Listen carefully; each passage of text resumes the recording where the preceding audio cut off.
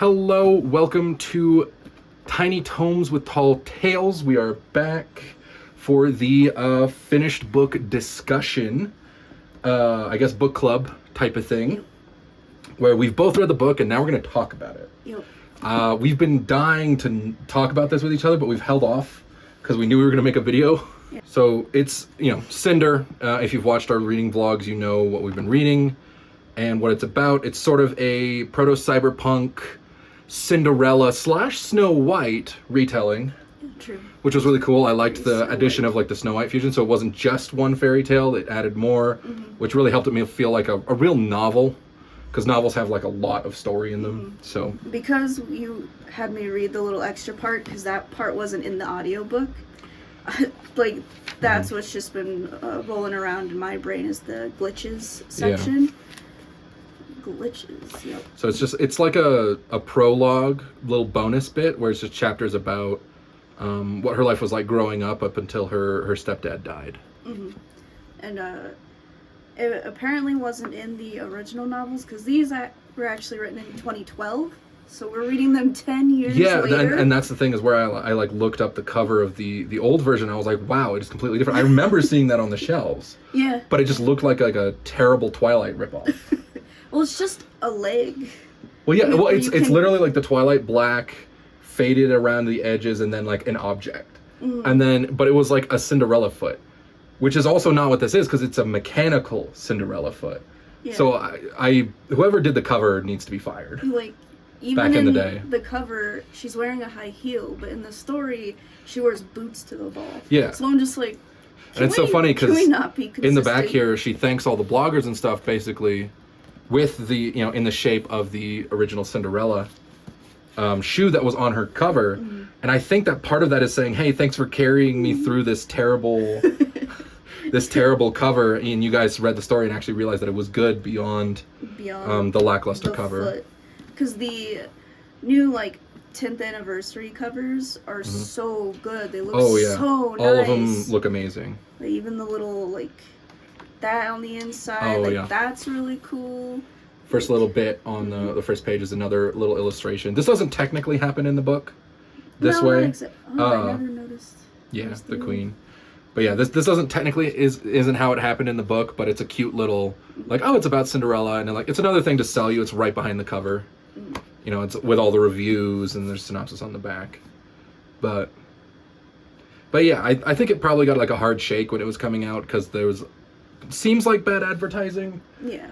Sort of trying to follow the trends of Twilight without being a Twilight ripoff. Yeah, because this was a really its own thing, and you don't sell sci-fi novels, even romance sci-fi novels, with a Twilight style advertising campaign. But it was just after the Twilight books, I think, had finished. I believe so. So a lot of the publishers and stuff were kind of riding that high. Right, that's what I was thinking. I think that whoever got that greenlit probably did a disservice to the book by just following popular trends instead of buckling in and thinking what makes our story unique and worth telling, which is cyborgs and all this sci-fi stuff. And because you're more of a romance novel person and I'm more of a sci-fi novel person, and that's where it's this was a perfect combination for us to sort of accidentally discover. And then so Although this was sold as a romance novel, but it really is a very good sci-fi novel, because it's got all the world building, the politics, the plague, the conflict, everything set up, and then it just takes the romance portion from the fairy tale. I do have to say, though, I personally thought the romance side of the book was a little weak. But that's just because the prince just seemed to kind of pussyfoot around too much. And it's I know you don't want to commit to someone that you can't. And because our main character is a coward when it comes to romance, specifically. I feel like she's a coward on many fronts. That's fair. Not when it matters, though. No, whenever it matters, she she manages to buckle down. That burst of courage, and then she does it. But then it's self-loathing constantly after she does it. At some points, I was just like, Cinder, I know you haven't had the best shake, but can you shut up? Yeah. But yeah, and that's one of the reasons why I was saying this really should have been sold more like a sci-fi novel, because there's a lot more of the sci-fi stuff in it than the romance angle.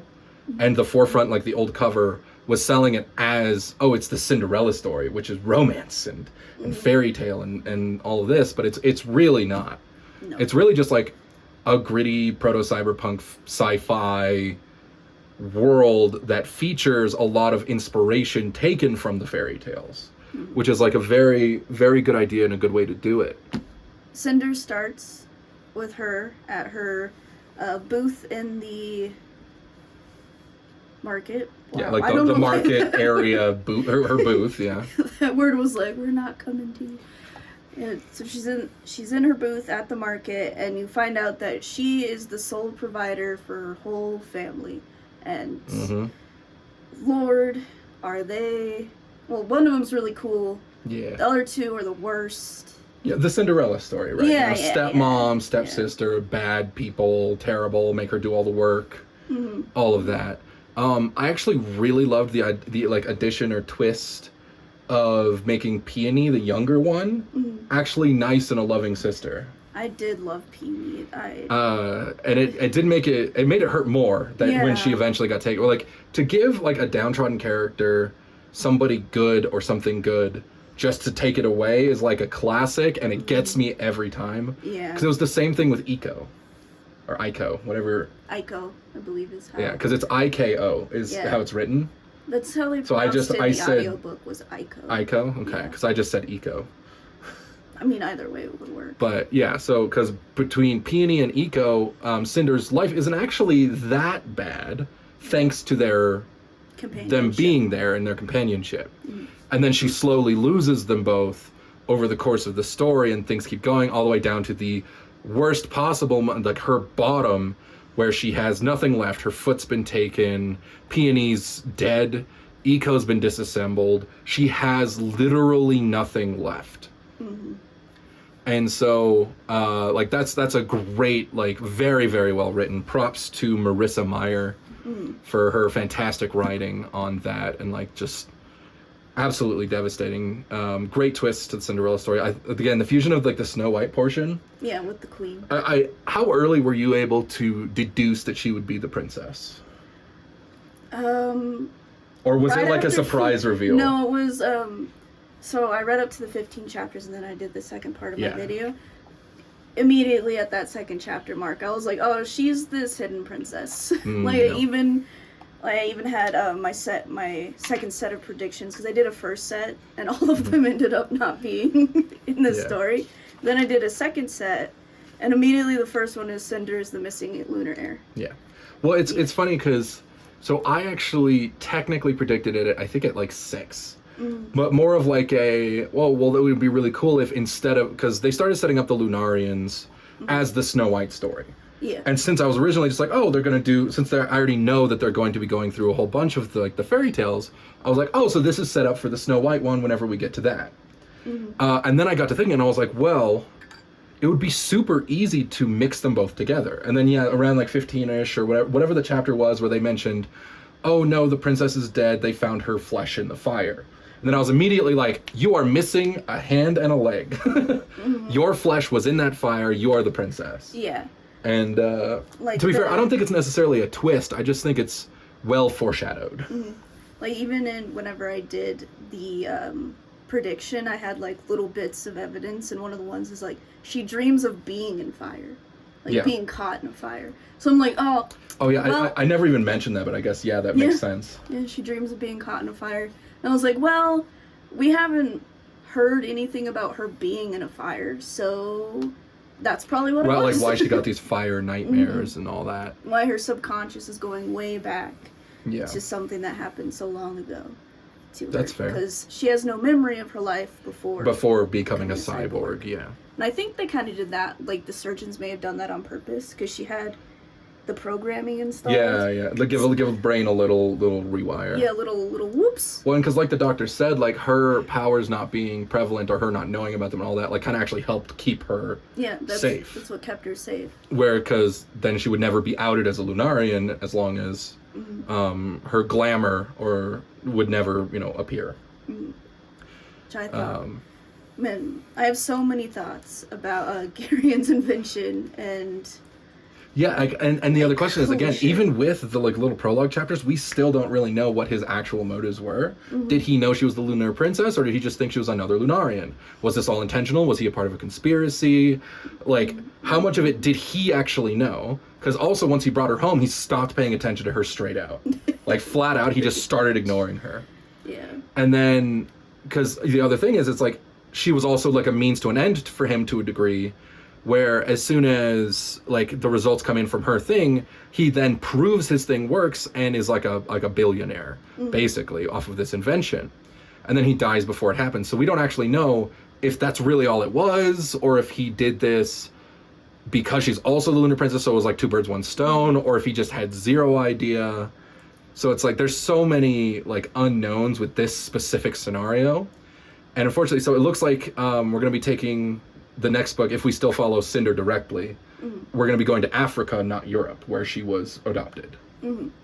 Yeah, I want to believe on the track that Garion didn't know she was the lunar heir. He just knew that She was a lunar. Lunarian. Yeah, because I feel like that the people who fixed her and then gave her to him probably would have been like, well, he's from Earth. He's just an inventor. Let's not tell him how important she is. Well, that's the thing, though, is because his last words or whatever were protect the girl, or whatever, according to the little bonus chapter. Yeah.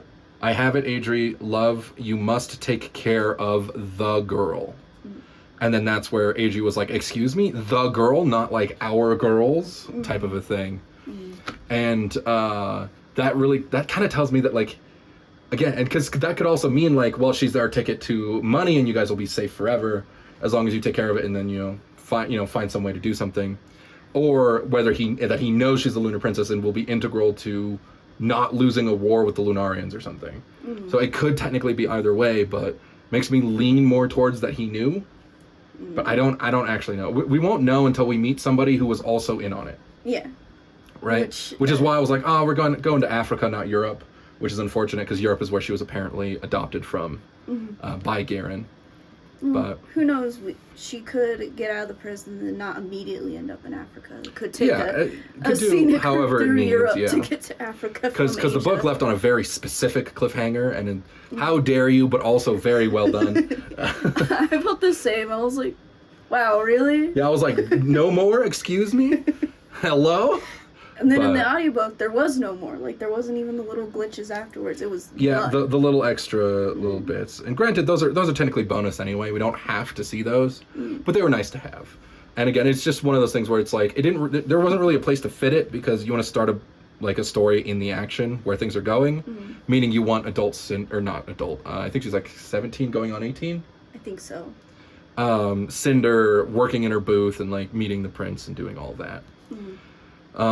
But speaking of, I guess, how do you feel about Cinder and the Prince? Well, like I said, I think it was kind of the weakest part of the book, their romance, if you could really call it that. Like, it was really cathartic whenever he was there when Pearl came up and was like, here's my stuff, bitch, make sure it doesn't get dirty. And he was there like, wow, you're fucking rude. Yeah. It was just like, get her. Yeah, how like Pearl's, actions in front of him, he like straight up was like, why are you treating her like this? Who are you? Yeah. And he's like, I'm her sister and she's a bitch. And he's just like, well, I know she's not a bitch. So that must mean you're a bitch. Basically. Like, and then of course, like, but we can't have that good moment because we're in the dark before the dawn of the book. So Pearl destroys the gloves. Yeah.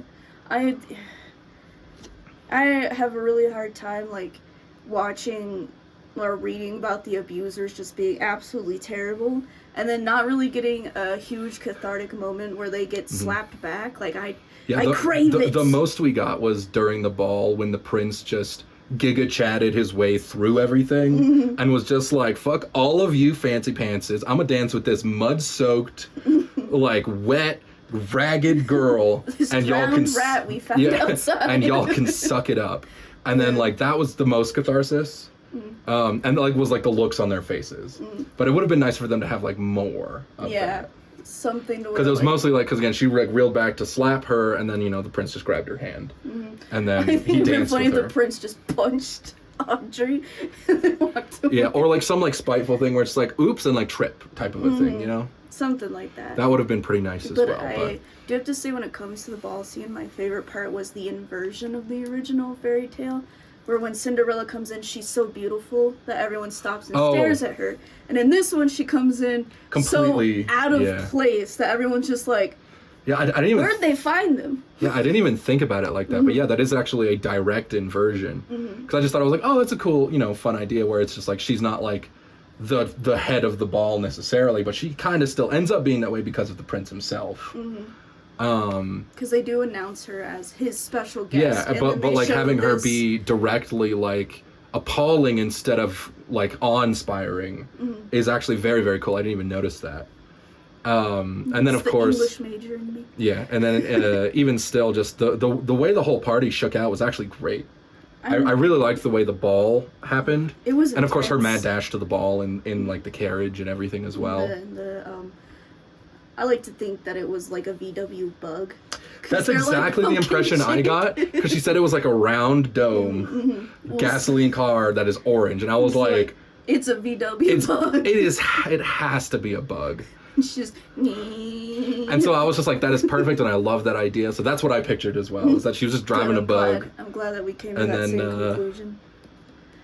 Oh yeah, man, the way she twisted, because she didn't actually like. The Cinderella story is not like an outline for this book. That's why I was saying like it's more of like a sci-fi book that takes inspiration from the Cinderella story, and that it takes bits. Because in the beginning I was thinking, I was like, okay, well, how are we going to make this, you know, a Cinderella story of this? It'll be interesting to try this and that.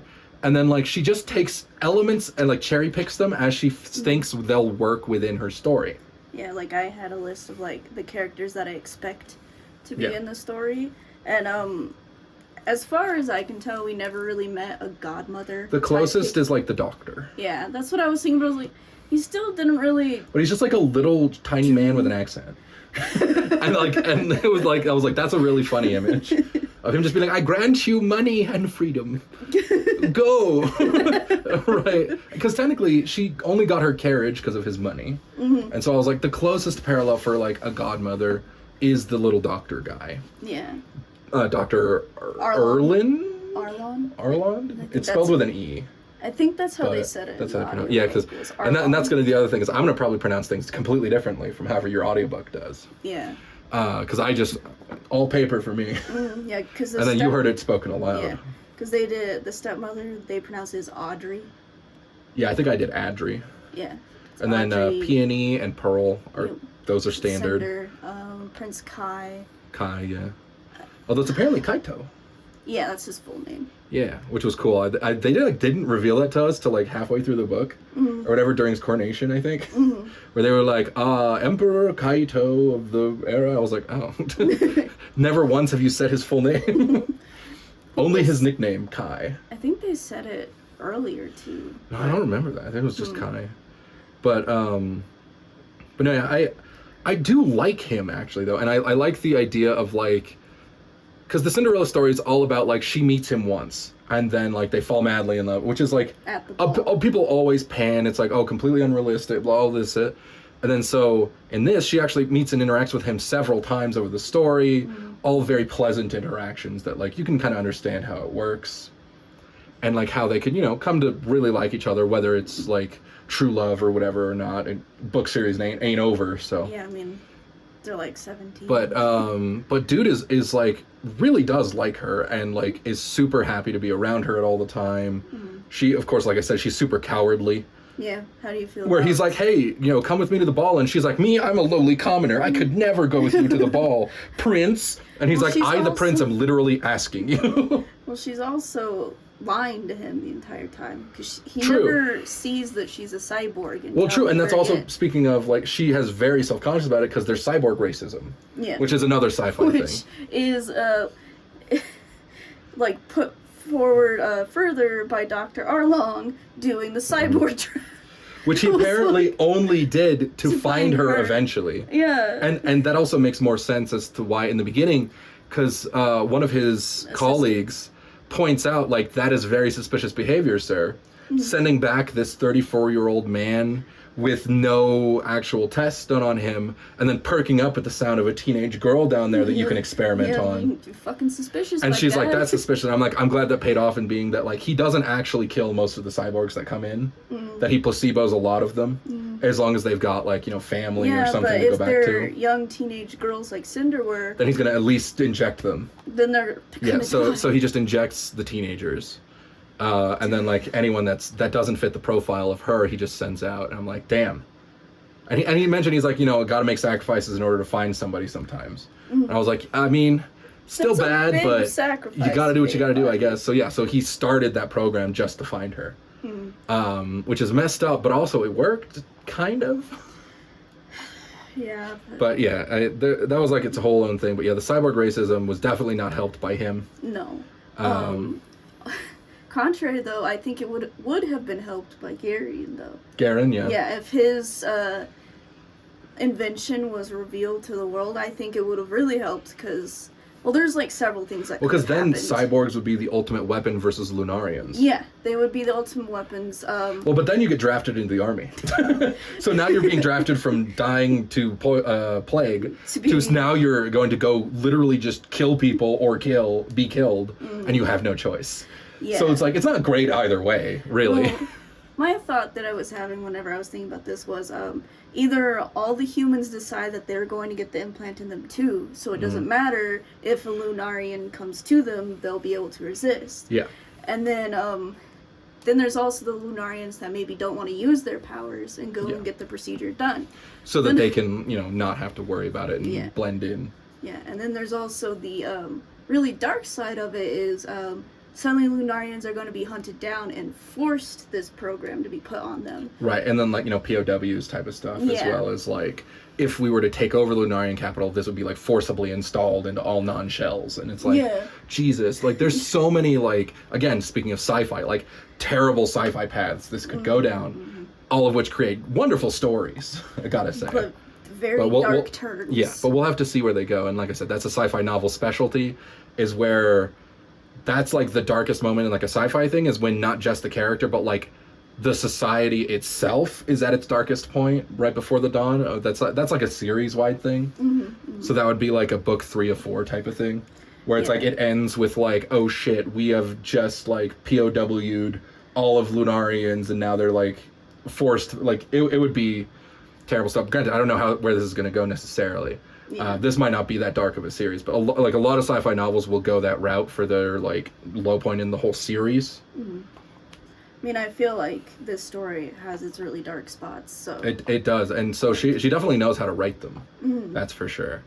Yeah, I don't know. What was I guess so. Do you agree then? I guess the darkest point for this book, at least, is when, you know, Peony and Aiko are gone, and then she's grounded. Yeah. I do think and then like there's like nothing left. The only hope she has is that she's literally just going to run away. Because Audrey took her foot. That's like if you have a wheelchair bound child and you just take the wheels. You just take like part of it. Yeah. So they can still move, but they have to hobble around and be like, again, like she's irredeemable. I hate Audrey like even so like much. Because she's like an okay mother. And then she obviously just doesn't see Cinder as a human being. She is like the epitome of like the cyborg racism in the area, where she's just like that thing. Like she never viewed her as a daughter in the first place. Well, she never viewed her as human. Yeah. Which, like she viewed her basically one step above Aiko and nothing more. But like not even close to like being a human, let alone her daughter. Even then, I think she treated Aiko with a little more respect than Cinder. Just like a mostly I think just more. because Aiko was more submissive.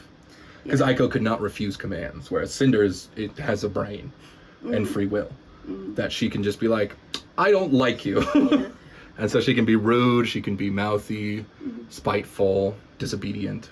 It's true. All of this. So. I did like whenever she decided to fight the medic robots who were gonna take her away. Yeah. I was like, yeah, do it. Yeah, like the instant she was like, oh, you will not take me without damages. I was like, yes, good. I'm glad she at least fought. Also, it's just like when they're like, And she's like, I didn't volunteer for this. And they're like, is this not your guardian's signature? And it's just like... So your guardian can just ship off your cyborg child. Yeah, so your guardian can just be like, well, here you go. And they get monetarily compensated for volunteering as well. I did like that Cinder immediately took that away from her. She's like, if I'm going to do this... money must be in my account. She cannot access it. And then Bro's just like, done.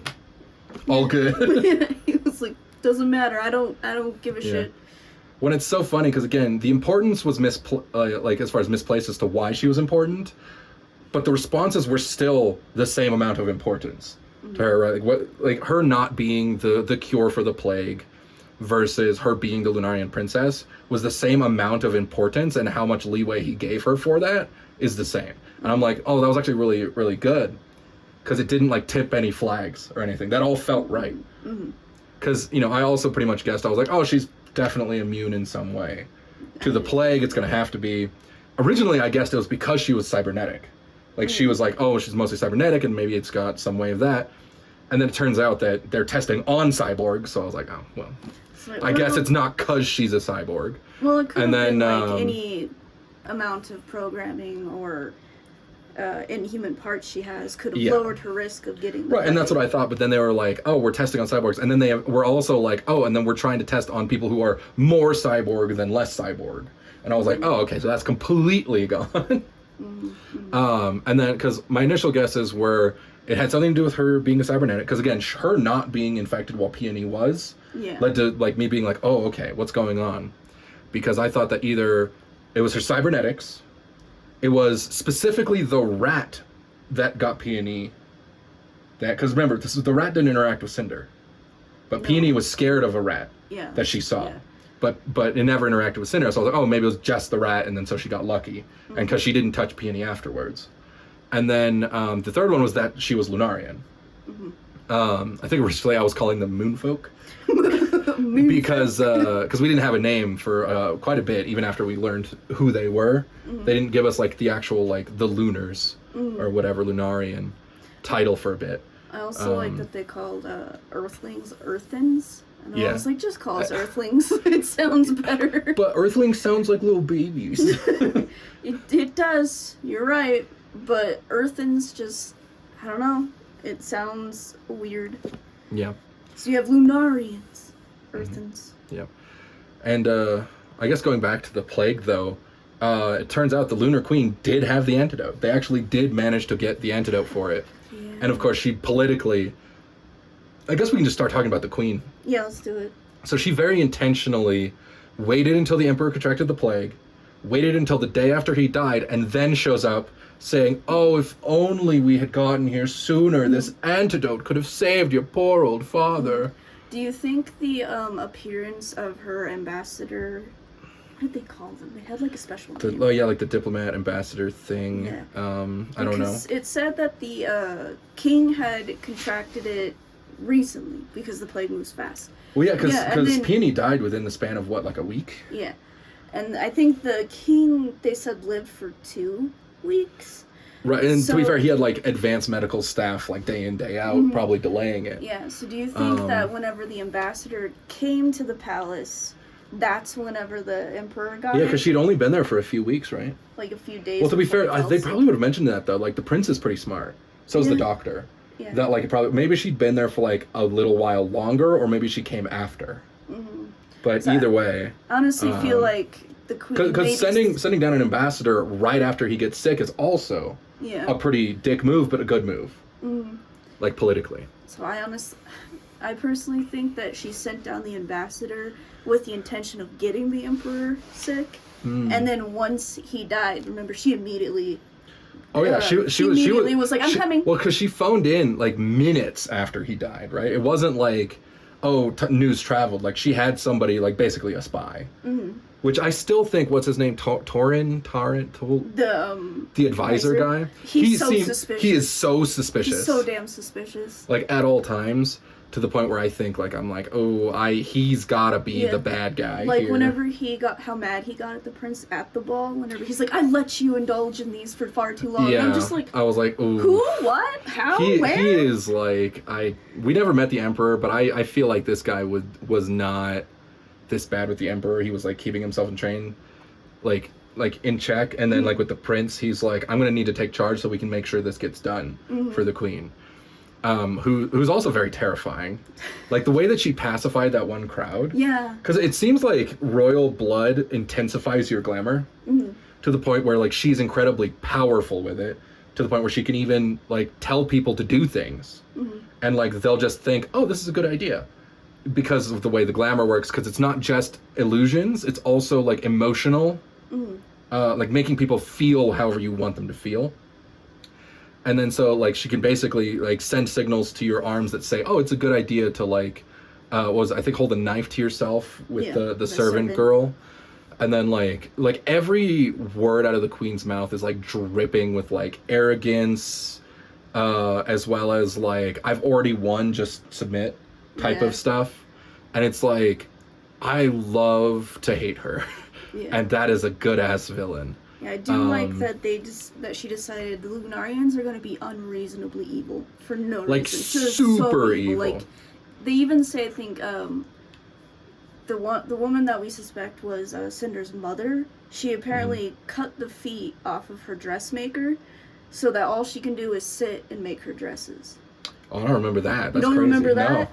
It was it's one of the. It was whenever the advisor and Kai are like first talking about the Lunarians. Oh yeah. He said even if we found the heir, there's nothing that will say. There's no saying that she would even be good, Yeah. like better than the queen. Yeah, because even Queen something before the current one chopped off the feet of her dressmaker just so that she could. Well, was that Cinder's mom or was that her like grandma? I think it was her mom. Let me see. Because Cinder's not the sister of the queen; she's the niece of the queen, right? Which means that it would be the queen's sister, and then that was talking about the queen before this queen, which would be the mom, like her mom, right? So grandma, because it was the previous queen. Because her mom never became queen. Her mom was killed before, so that the current queen would be the one to ascend to the throne. Because again, everyone around Queen Levana started dying. Yeah. Until she was the only one left, and then she became the queen. Man, but it'd be really cool if she put like a family tree of the Lunars in the back. Oh, well, that would be too convenient. That'd be way too convenient, you know. But either way, so the queen is an absolute menace to everything, to be honest. And part of the thing is, I think a big part of like why her society is, because you said like the Lunarians are just all evil. They're unapologetically evil, and I think a part of that is like we don't understand necessarily the lasting effects of repeated glamour abuse. That's true. Because she likely addresses her people. Like we know that she does because she weeds out the shells. Yeah. And then like they're considered that, and then so like she does it through politics, through laws, as well as probably through like these glamour speeches that convince everyone she's right. Because again, she's never had an uprising. She intentionally does this on purpose all the time, and then so. How much of this is just like she has brainwashed her entire population over time into being this way to just be a reflection of her. Yeah. And that could be one of those things where it's just like, well, you need other royalty glamour to slowly override that. And that's one of the reasons why it's important to find the princess and hope that she's better. And because in order to like override the brainwashing, you need somebody else who they will respect enough to like basically, I guess, like accept it back or something like that.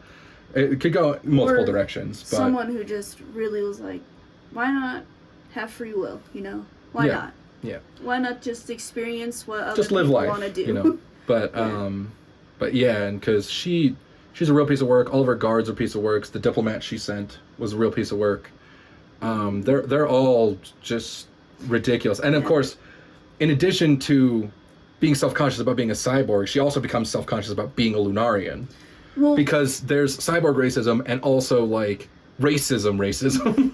Yeah, so she's both, and then so she's like, oh my god, I'm the worst, and then it's like, girl, look at who you actually are. And it's like, it's always tough because like teenagers are very much like this. Well, so it's very actually realistic. I found it so interesting that Prince Kyle is like, how dare Lunarians be in my country? Fuck them. Anyway, let's find this princess. I'm like, you can't have it both ways. What are you talking about? Like the fact that he's like, whenever the princess is like, you're harboring Lunarians, how dare you do that? And he's like, I'm not doing that. That's disgusting. Why would I ever have Lunarians in my country? And then, like, at the same time, he was saying that politically to her face. Yeah. He doesn't care. Well, no, he says later to knows. Cinder that he's like, can you believe she thinks that they're in my country? And it's just like, yes. I don't remember him confronting her about that specific part. I think I just remember he talked and vented about the Queen to Cinder. I don't remember, I guess, necessarily the specific lines. But yeah, because that just felt to me like politically him saying, oh, yes, of course, I guess we'll have to do that. And then, he vents later of like, now I've got to do all of this bullshit because, whatever. And then like somebody was spotted or whatever. And then, of course, like he has been behind the scenes looking for Princess Selena. Because again, he almost guaranteed knew that they were here and likely didn't care. Because it's not like it mattered. They were outlaws and they just were there. But now it's like on his mind and it's the forefront and he has to deal with it because the Queen saw one or whatever. And then, it's a part of the treaty. Because, even the Queen called him out. He's just like, none to my knowledge. And then she's just like, so you turn a blind eye intentionally type of a thing. And then so now he's just like, well, I can't turn a blind eye anymore. This blows. I hate this. It's true. But, well, even whenever the Queen outright tells the prince at the ball, oh no, she's Lunarian. You've been cavorting with a Lunarian, and he's just like, oh, that's gross. Like, I feel like he just had a very negative reaction to the flirting. To be fair, think of the situation. Like, I don't think it was directly that he's racist. I think it's just he cannot process what's happening. She's A, revealed to be a cyborg. B, revealed to be Lunarian. C, is everything I've been dealing with you a lie? Because she shows glamour. So now he can't trust literally every interaction he's had with her previously. So he's just like, do I even actually like you? Or is this your glamour that you've been putting over me? All this nonsense. Because technically she did accidentally glamour him once. When he was like feeling up her gloved hand and she said, please feel like flesh, please feel like flesh, please. And like she accidentally technically did a little bit. And then like, because the doctor even pointed that out, like you can do anything as simple as, this or even making a metal hand feel like flesh or whatever. And then so like now he's rethinking his entire paradigm of this girl that he's been effectively flirting with for well over like a week, like in and out like for several days, and then like to the point where he started to actually develop feelings, and then now he can't trust any of those feelings. And so like because again, he doesn't actually say anything for most of the actual confrontation, to the point where like he goes out and he also just like picks up her foot, and then like he still ends up standing up for her, but like he can only do so much. Because he was just like, well, no, she did a crime on our soil. We're containing her. We'll see about transferring her to you later, because the Queen's going to get her way. That's how she is. And it's not like he can do anything to really stop her. The most he did was let her be in their jail for a couple hours, which ended up allowing her to escape. Hopefully escape. Technically might not have, but she definitely is going to escape. But like he's basically like having a mental breakdown the entire time that like the Queen appears after they dance, right? Because like the Queen, she just shows up and she basically just starts poking every single thing and then like revealing everything too. And then like I said, like her being Lunarian is not necessarily like he's just racist against Lunarians. He just genuinely can't trust if this was a real human connection or if it was the glamour, because he already knows how the Queen makes him feel. Like he can tell that like, oh shit, the Queen is very strong and like she can do all of this. And then so he's like losing it on like, was any of this real? And like, because he also doesn't like, he's never got the explanation on how glamour works like we did or Cinder did from the doctor, because the doctor obviously knows because he is Lunarian. But like if you're like a normal person, you would not understand. You would just be like, oh, and that's why they call it magic, right? It's some weird magic, and that's why the doctor's so insistent on saying it's bioelectricity, it's this, don't give it power that it doesn't need.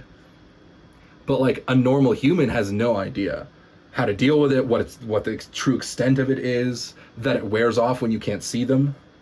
Like no, like he wouldn't know any of that. So like he's like, I don't even know when we're gonna end up catching up with him, but like his entire paradigm is like completely shifted. Again, I don't know if he's cyborg racist or is Lunarian racist, but so far it doesn't feel like he's really racist at all. Because I had the feeling the whole story that like he's not gonna care that she's a cyborg. Again, I think he is going to care that she's a Lunarian, but more for the fact that she's a Lunarian with glamour. That he can now no longer trust how much of it was real. versus how much of it wasn't. Because she also can't really explain, like, no, I didn't have my glamour. It was off for pretty much the whole time, type of thing. How does she explain what Garion put in her head? If, right, like, and he's not there to say, yeah, I put that in her and she head. also just hasn't had an opportunity to talk with him, and she's not going to. Yeah, we don't think And then, so. like, she also has to be able to, like, basically get things to calm down enough to be like, okay, so listen, I've never had glamour, and, like, the other thing is, like, he's gonna hear it from her, who he now no longer trusts, and suspects, and is never going to listen to anymore. And then so, like, she's like, no, trust me, I didn't have glamour, bro. And he's like, I don't know, you're not glamoring me right now about the glamour. And so it's like, it's gonna be, like, impossible hurdle for her to do herself. Like, he has to hear it from, like, the doctor or something, but even then, he might not trust the doctor anymore, because the doctor runs away and is probably gonna be revealed to be Lunarian.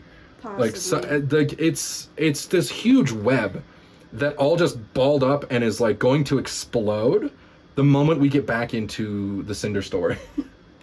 And that's what, sort of one of the things where it's like, where it ended is both cruel and genius.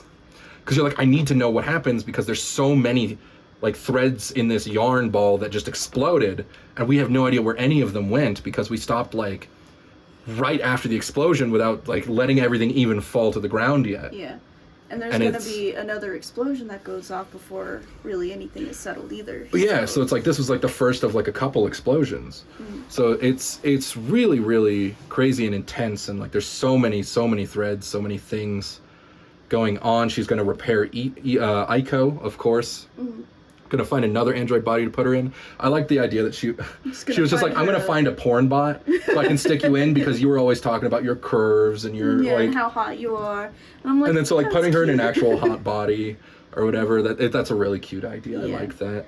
I do think I wonder, because she's taken from fairy tales, if she could turn that into a Pinocchio story, the Aiko thing, and interweave that too, because Aiko doesn't know. Well, often she forgets that she's an android. That she's not human. Yeah, and then so that can kind of fit into a Pinocchio story to the point where maybe eventually there becomes a way to download Eco into a real human body or something that was grown for Eco, or like a leftover, like even a corpse, I don't know. But however they acquire like a real body, and I was like, oh, that could be an interesting way for them to do it, is to also make Cinder not only Cinderella and Snow White, but also Geppetto. So many. Because she's also an inventor, basically. Like, taking a little bit after her stepdad, where it's just, she just has the cybernetic enhancements that being a mechanic really allows, but she also is just very good at it.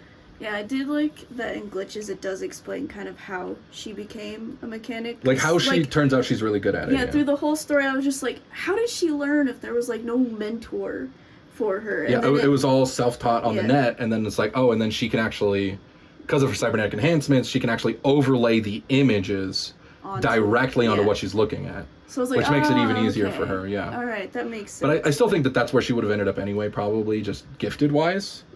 Because it doesn't seem like she's good at anything else, and then, like, she actually was really good at that before, like having the instructions is good, but, like, you still have to do it, you know, so I still think she's just also really good at it, in addition to being enhanced by being a cyborg. Yep, so she can follow a cookbook. The lie detector was an interesting addition, I think, actually. Yeah, well, Speaking of the cyborg edition. I think that was put in there so that she would never be tricked by the queen. Yeah, well, I think that's certainly, because again, remember, it was flashing lie every time she looked at her. Yeah. But I think that, yeah, so that's probably why it was added in. If the dad knew that she was the princess, that was definitely added in for that purpose. But, like, it also just added a lot, like, narratively. Yeah. To know that specific characters are lying, but not why or to what. Like Audrey, the first time we ever see the lie detector is when Audrey's like, well, if you do this, you can go to the ball. And it, like, clicked on. Well, no, the first time we saw it was, no, I guess that was technically the first time we didn't see it. And that's how we knew it was real. It's because the prince joked about what was on the android. When he was asking to fix it, he's like, oh, no, it's got classified information that I don't want anybody to see. Haha. And then, like, as a joke, but it didn't appear. And then she said, oh, I know that there's more to this then.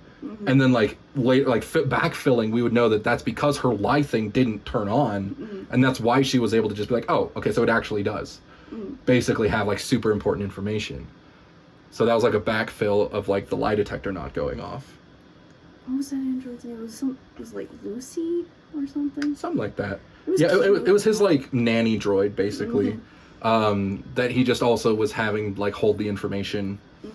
That ended up getting sent to. And then it was, like, a blonde, curly hair girl, which I initially was thinking was the girl on the front of Scarlett. No, it's but the ones on the I know, but then I first. realized, I was like, wait, no, that's a redhead, I think, so. Yeah. So, you think the one on the front of Cress? Yeah. So, like, the Rapunzel type? Wait, because I was originally thinking, I was like, oh, okay, so it's the blonde curly, maybe it's Sleeping Beauty. Where it's, like, this girl who's also, like, she's living underneath the ambassador lady or whatever, and she's having it rough as well, definitely abused. I was like, okay, so she's setting up to be another princess. Or not necessarily princess specifically, but another one of the fairy tale characters. Yeah. My initial guess was Sleeping Beauty, because she has big, curly, yellow hair. Yeah. Um, But it was really long and wrapped around her in different ways. That's how it's described. Yeah, and I didn't really catch on to it, but yeah, that would be Rapunzel then, huh? I just now, like, kind of put that together. Because I was just like, yeah, you know, curly, long, blonde hair, whatever. That's probably Sleeping Beauty or whatever.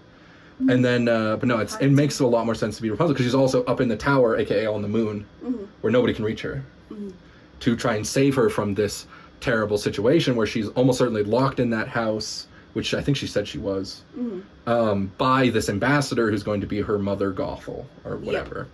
I don't remember if she's actually Mother Gothel or if that's just tangled, rotting my brain. But the parental, the fake parental figure that keeps her there. I don't think in the original fairy tale, I don't think the witch is named. I think it's just witch. But Mother Gothel, I don't know. Tangled is iconic, so I'm fine with having that be my Rapunzel. So we've met 2 out of 4 of the girls. Yeah. Just in Cinder alone.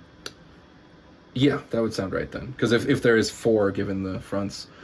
Although the main character that looks like on the next one is Scarlett is actually going to be Little Red. Yeah. Which I'm really excited for. Little Red is probably my favorite fairy tale to be adapted multiple ways. Because, like, every time somebody, like, does something really interesting to it, to the point where, like, I even have my own version that I'm getting around to eventually, that I'm, like, super interested in doing. Like, it's just such a simple idea. You have girl, monster, grandma, like, town of innocent people. A woodsman.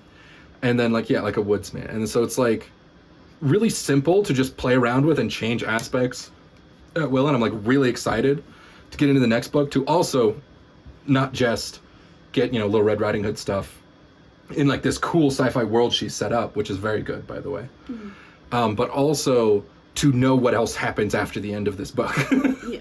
Because I'm going to be very upset if we end up completely changing perspective and we don't, like, meet back up with Cinder for a while.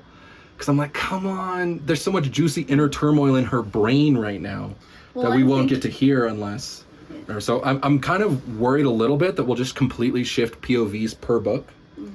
But, because I would prefer it if we stayed with Cinder for at least a large portion of it, or if it, you know, alternates chapter perspectives or something like that. But she's a good enough writer that I trust that she'll do it right either way.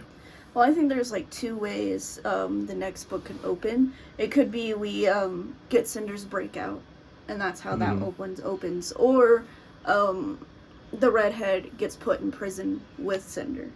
And like, while she's going to break out or something. Yeah, and then they help each other through the plan and escape together. That could be like, why. I think there's 2 ways that could go in my mind. I'm sure there's way more ways. Well, the way I'm imagining and kind of afraid of is that, like, we get told after the fact, or it's like 6 months later type of introduction, right? Where it's like 6 months later, and then, like, you hear about, like, on the news how she broke out and, like, all this. I mean, and I'm relatively worried about that, but I think it'll be fine. I mean, she has a pretty good arsenal now, because she has the new hand, the new foot from Dr. Arlon. She's working on her glamour. She has Peony's ID chip. She has Aiko's chip. Like, she's got a lot of stuff. Yeah. So I think she's going to take Peony's ID chip and take hers out and replace it. Oh, for sure. With Peony's. So that 100%. she can move through borders. Yeah, that's definitely going to be how that works. What did you think about the fact that dead people were getting their ID chips removed? Oh, yeah. I think that... I don't think it was the government. I think it's just somebody, like, snuck in, programmed the med droids, and it's just making bank. Yeah, that's what I think. I don't think it's, like, the government is doing it or anything. I feel like there could be someone in the government doing it, but he's still doing it, like, black market, gonna make some bank. Yeah, because it's definitely for other lunars who are coming down from the moon, which makes me think, are there really that many people coming down from the moon? Every shell that lives on the moon is trying to come down to Earth and hiding, right? That's true. Yeah. Well, we don't actually know, like, what the lunar population is. It could be huge. Well, I'm imagining it's considering they're saying that the army of the moon is bigger than the entire Earth combined. It's probably the entirety of the moon is covered by their civilization. That's what I'm assuming based on like what they've talked about in like army size, which would need a population to support it, type of a thing. Is that if their army is bigger and stronger than the Earth combined, they have to be covering the entire moon with one civilization. Like they gotta be. One of my favorite thoughts was it says that the lunar people were people that just went to colonize the moon like 2 or 3 centuries ago. Yeah. My thought is Jeff Bezos made it up there, started a whole civilization, and now the people on the moon want to come back and get a piece of Earth, and they're all descendants from the very rich and powerful. You think it's like the super rich have just become like this? Yeah. Over time. Okay, that's fair. I mean, who else is gonna get to the moon? You make a good point. And billionaires right now are obsessed with going to space. So... True. I mean, I would be too if I was a billionaire. I'm gonna be honest. Why don't I just become a billionaire and then I'll go to the moon and populate it with Lunarians? What kind of predictions did you make in this book that didn't pan out? That like you'd want to bring up and be like, oh, this I thought would have been a really interesting idea, but it didn't make it, or like I was just straight wrong. I can tell you all the predictions. Yeah, let's run through. The first prediction I had was that Cinder was a cyborg because her stepmom sold off those parts. Like that would have been an interesting idea. So the stepmom sold off her human body parts, which then made her a cyborg. That one was incorrect, and it was also an incredibly like dark prediction I had. Well, that's right. We didn't know what the tone was going to be yet at the beginning. So. And then the other one I had was more fun. Is that like in the Disney adaptation specifically, Cinderella like had the animal friends that she gave hats and stuff. Like the movie like has the mice. Yeah, and I thought it'd be interesting if like she had multiple little robots and little AIs that followed her around because she helped them. And that was sort of true that we got Aiko. Yeah. I thought it would be cuter if there's just like multiple. Wait, because I made that connection as well. Because again, at the very beginning, I was kind of trying to find direct parallels in Cinderella. Because the only thing I knew going in was that it was cyberpunk, Cinderella. That is it. And then so I was also making the connection. I was like, oh, so Aiko is kind of like her little mice, and that were like her friends, and like they were like some of the only light in her life. Yeah. Type of thing. And then of course the sister turned out to be completely different, which was one of the things that was like, oh, okay, so we're playing a lot more fast and loose. Yeah. And then with what would make a good story as opposed to trying to doggedly stick to the fairy tale. The other one was that the mentor who taught her how to be a mechanic was going to be her godmother figure. That didn't end up happening because she had no mentor whatsoever. Yeah, that didn't really pan out. And the only one you can really fit into the godmother role is Dr. Arlon. And he did bare minimum. He taught her a little bit about the glamour at the last page of the book. And then dipped. He's like, I'm going to Africa. And he's like, don't worry, you gotta like whoosh and then and it's just like, and you just feel it out. You know what I'm saying? Yeah. And then she's like, I have zero idea what you just said.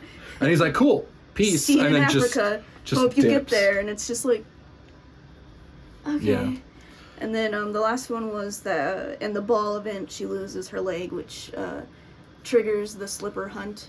So there was no slipper hunt in this one. It was very easy. He picked it up and walked it over to her. Yeah. Well, because the thing that, because that was part of my prediction as well, was obviously that, oh, well, she'll just lose her leg at the thing. And then he has to go around trying to find whose prosthetic this was. Yeah. And I initially thought I was going to go a bit, again, I didn't know the tone yet, so I was like, oh, the dark stuff is that the stepsisters in the original story cut their feet to fit within the shoe, that the stepsisters would cut their legs off to try and be like, it's my prosthetic, see, my leg's missing. But they're still currently and it still doesn't bleeding. fit. Yeah. Right? And then because they don't have any of the wiring or anything like that.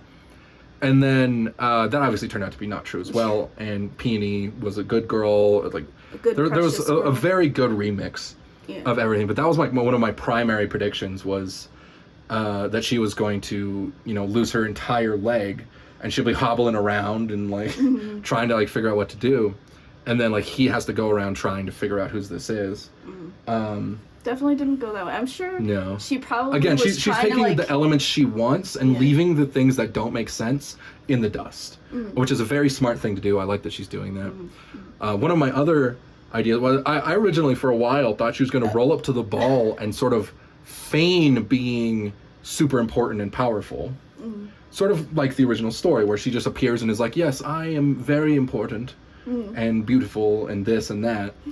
And I originally thought that's what the setup with the pumpkin, the red bug, was going to be, because they pointed out in the beginning that like gasoline cars are something only the ultra rich do for fun. Because it's like, there's like gasoline costs like a shit ton of money. There's polluting fees. There's like all these kinds of things. The roads aren't made for them anymore. Right, exactly. And then so like that'd be the kind of thing where it's just like you like roll up to prove that you can have money to burn.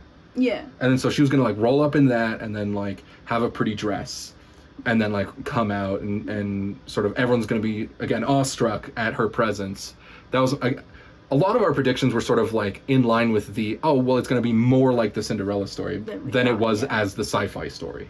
Yeah, because the fact that she crashes the bug. But I guess in some ways that's actually a really good thing for her to have done it that way, because we all came in with expectations that were subverted. Yeah. Because we all already know the Cinderella story. So her just cherry picking elements and then changing everything else intentionally was actually very, very smart, I think. But other than that, I didn't make too many like really out there predictions, I don't think. As soon as I saw the plague, it was pretty obvious that she would be immune. Yeah. So I was like, okay, so this is a sci-fi story. You introduce a plague, your main character is immune. That is like 99% of sci-fi stories, how they handle the plague. That's also 99% of zombie apocalypse stories. Also true, yeah. Yep. Which is a plague story. Yeah, that's but, true. But not really in a sci-fi setting. Not necessarily. Not yeah, it depends on usually. what is making the zombies exist. But most zombie things aren't usually too interested in caring about why they're zombies, just that there are zombies. Yep. But yeah, I mean, either way, so I mean that's my predictions. And then the second wins and losses. The second bout of my predictions, all of them are correct. So I was like, so hey, you nailed it on that one. Well, hopefully we can get that going into the next book as well, because we're going to be doing Scarlett right after this. Yep. Because we just have to continue down this path. Of course, we can't not know. And then also we're just enjoying it, and we bought both books at the same time because there was a buy one get one. I did after I finished the audiobook, I did read the back of Scarlett just to be like, all right, what's going to happen? And it seems like there might be more of my favorite romance Your stuff? In that one, so I'm just like, fair enough. I'm going in completely blind.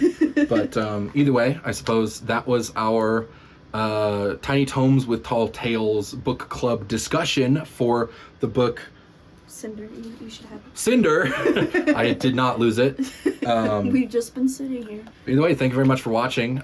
Make sure to subscribe to catch more of us watching. So make sure to subscribe to read more of us watched. So go ahead and subscribe so that you can catch us, our vlogs and reading vlogs, and of course our discussion about the next book in the series, Scarlett, which we are super excited for, and we hope you are as well. Have a wonderful day.